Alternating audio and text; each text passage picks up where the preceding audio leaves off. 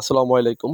আমরা আজকে এক্সেলে 4টি নিয়ম দেখাবো কিভাবে সহজেই যোগ, গুণ, বিয়োগ এবং ভাগ করা যায়। এর জন্য প্রথমে আমরা সমান চিহ্ন দিয়ে লিখব সাম। এরপর ফার্স্ট ব্র্যাকেটের ভিতরে আমরা লিখব B3 এবং B10। ফার্স্ট ব্র্যাকেট লিখে আমরা এন্টার ক্লিক করলেই এখানে যোগটা হয়ে যাবে। এরপর আমরা বিয়োগের কাজ করব। এখানে লিখব 100, এরপরের ঘরে লিখব আমি 10। এবার আমরা বিয়োগটা করব। এখানে লিখব সমান চিহ্ন দিয়ে, যেহেতু কলামটা সি তাই লিখব আমরা C3 বিয়োগ C4। হয়ে গেল আমাদের বিয়োগের কাজটা।